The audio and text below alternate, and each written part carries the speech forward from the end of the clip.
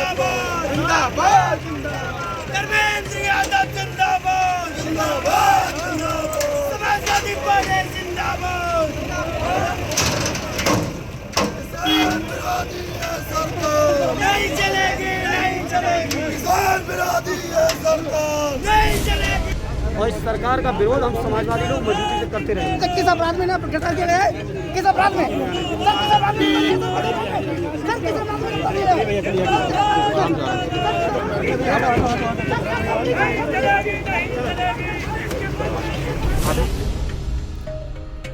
बदायूं में आज सपा की किसान यात्रा में शामिल होने बदायूं आ रहे पूर्व सांसद धर्मेंद्र यादव को पुलिस ने गिरफ्तार किया। साथ ही दर्जनों कार्यकर्ता भी लिए हिरासत में। शेखपुर चीनी मिल के गेस्ट हाउस में रखा गया है। पूर्व सांसद को सपा की किसान यात्रा में शामिल होने आ रहे पूर्व सांसद धर्मेंद्र यादव को पुलिस ने उजानी थाना क्षेत्र के विद्रोही के पास से गिरफ्तार हिरासत में लिया है, जहां से उन्हें शेखपुर के चीनी मिल के गेस्ट हाउस लाया गया है। पूर्व सांसद का कहना है कि पंजाब हरियाणा की तर्ज पर बदायूं से भी सपा की किसान यात्रा होनी थी, लेकिन पुलिस रोक रही है। केंद्र सरकार किसानों की आमदनी दोगुनी करने की बात कर रही है, तो वहीं किसान विरोधी बिल लाकर अपनी मंशा जाहिर कर रही है। आज किसान सब तरफ से परेशान है। धान का मूल्य नहीं मिल पाया तो गन्ना का बकाया अभी तक नहीं मिला है। देश में सरकार बड़े लोग चिल्ला रहे हैं, किसान परेशान हैं। आज बदायूं में किसान यात्रा का आयोजन था, जिसमें धर्मेंद्र यादव बिसौली से होते हुए बदायूं के मालवीय आवास गृह पर आना था, लेकिन रास्ते से ही हिरासत में ले लिए गए। साथ ही कई कार्यकर्ताओं को भी हिरासत में लिया गया। पुलिस लाइन में नजरबंद किया गया है। Bureau report Badaun. हाँ सर बताएं, आज क्या है ये, मतलब कैसे सेंसरशिप लगा दी गई है, किस तरह से समाजवादी पार्टी का? देखिए, जिस तरह से किसानों के 3 कानून संसद ने पास किए और कोरोना काल में पहले ऑर्डिनेंस किया, उसके बाद संसद से पास कराए, और उन बिलों का जो किसानों का विरोध है और विरोध का प्रदर्शन आप देख रहे हैं। आज 12वां 13वां दिन है। किसान लगातार सड़कों पे हैं, पंजाब के, हरियाणा के, पश्चिमी उत्तर प्रदेश के और अब देश के कोने कोने से। उन किसानों के समर्थन में समाजवादी पार्टी के अध्यक्ष माननीय अखिलेश जी ने आज आह्वान किया था कि वो खुद ट्रैक्टर चलाने वाले थे कन्नौज जनपद के अंदर, और पूरे प्रदेश के अंदर पार्टी के साथियों को ये आह्वान था कि वो कार्यक्रम जिले में अपने अपने तरीके से करेंगे। उसी सिलसिले में आज कार्यक्रम कर रहे थे।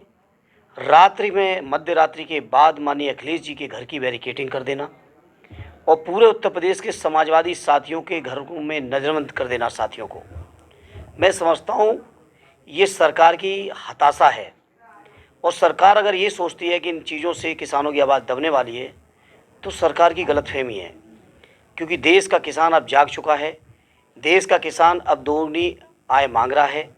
देश का किसान अब इनसे जो समर्थन मूल्य से लेके तमाम जो किसानों की समस्याएं उसके सवाल कर रहा है, और ये सरकार से बर्दाश्त नहीं हो रहा है।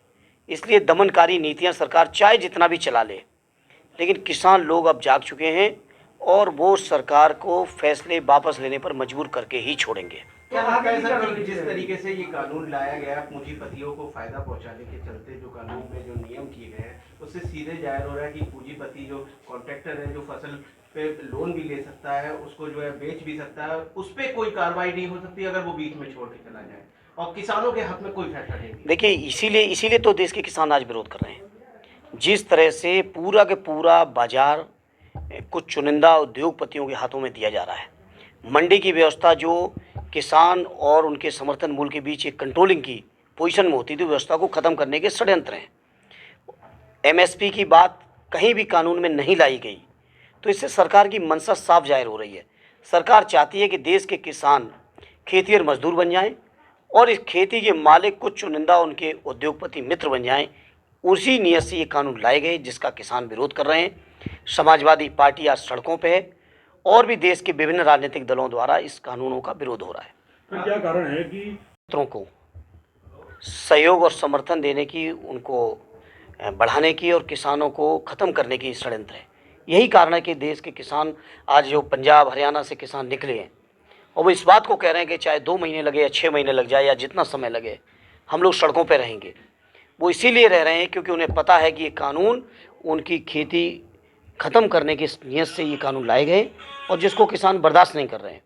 और मैं समझता हूँ उन किसानों को बर्दाश्त करना भी नहीं चाहिए। और यही कारण है पार्टी के अध्यक्ष माननीय अखिलेश जी ने किसानों की मांगों का समर्थन किया है, इन कानूनों का पुरजोर विरोध किया है और कानून वापस लेने तक माननीय अखिलेश जी किसानों का लगातार समर्थन जारी रखेंगे। तो आगे की क्या रणनीति होगी सभा? माननीय राष्ट्रीय अध्यक्ष जी स्वयं घोषित करेंगे, जिस तरह से कल उन्होंने प्रेस कॉन्फ्रेंस के माध्यम से अपने कन्नौज का कार्यक्रम डिक्लेयर किया और पार्टी को निर्देशित पहले से ही किया जा चुका था। इसी तरह से समय के साथ साथ जैसी आवश्यकता होगी माननीय राष्ट्रीय अध्यक्ष जी के निर्देश प्राप्त होते रहेंगे और हम लोग उनके निर्देशों पर किसानों के समर्थन में जो भी कदम उठाने होंगे हम लोग उठाएंगे। सर, एक सबसे बड़ा सवाल किसान का कहना यह है कि अगर आप ये कानून आपके सही हैं तो हमें लिखित में दीजिए कि हम MSP जो है वो नहीं हटाएंगे, तो लिखित में देने को तैयार नहीं है, तो सरकार की मंशा क्या लग रही है? देखिए, सरकार आज किसी के, कल किसी की, परसों किसी और की होगी। जो देश के अंदर कानून बनेंगे वो स्थायी होंगे और अगर सरकार की मंशा सही है, किसानों के हित में है, तो उनको लिख के देना चाहिए। उसमें तो मैं नहीं समझता क्या ये कौन सी सरकार जिम्मेदारी ले लेगी। चुनाव में जो दिए हुए भाषण थे, क्या वो भाषण सही निकले? जो आज किसी आश्वासन को किसान माने, किसान तब तक मान पाएंगे, तब मानेंगे जब वो कानून का हिस्सा होगा।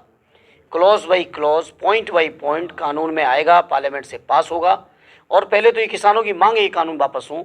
मैं समझता हूँ समाजवादी पार्टी का सीधा समर्थन इस चीज़ को है कि ये किसानों के विरुद्ध जो कानून 3 पास किए गए, कोरोना काल में ऑर्डिनेंस जारी किया गया। आप सोचिए, इतनी जल्दी थी अपने व्यापारी मित्रों को फ़ायदा पहुंचाने की बीजेपी के लोगों को कि करो।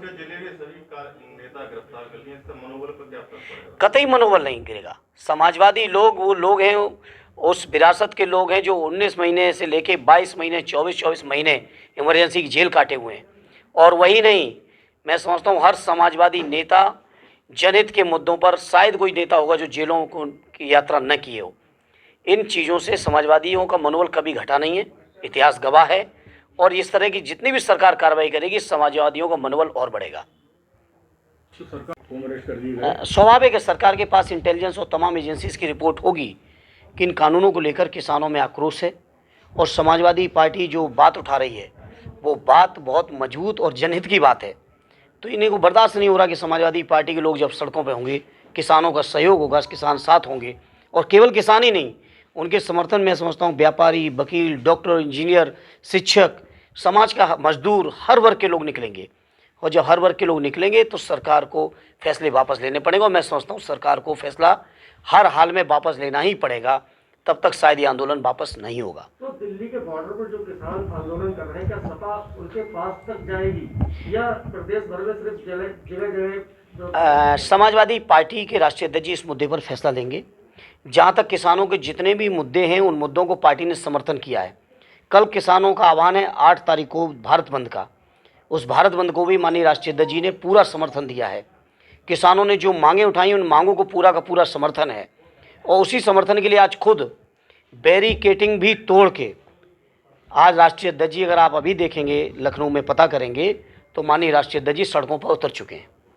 दिल्ली के सीएम अरविंद केजरीवाल ने वहां जाने का ऐलान कर दिया है कि वो पहुंचेंगे वहां। तो क्या आपको नहीं लगता कि किसानों के जो आंदोलन है उसका राजनीतिकरण भी हो रहा है कहीं ना कहीं? नहीं, क्यों राजनीतिकरण हो रहा है? अगर किसानों के खिलाफ कानून बनाए गए हैं तो क्या विपक्षी दलों की जिम्मेदारी नहीं है कि वो उन कानूनों के खिलाफ किसानों का समर्थन करें? किसानों का अगर हमने समर्थन कर दिया तो राजनीतिकरण हो गया और राजनीतिक तरीके से चुनी हुई सरकार ने किसान विरोधी कानून बना दिए, तो क्या वो राजनीतिकरण नहीं है?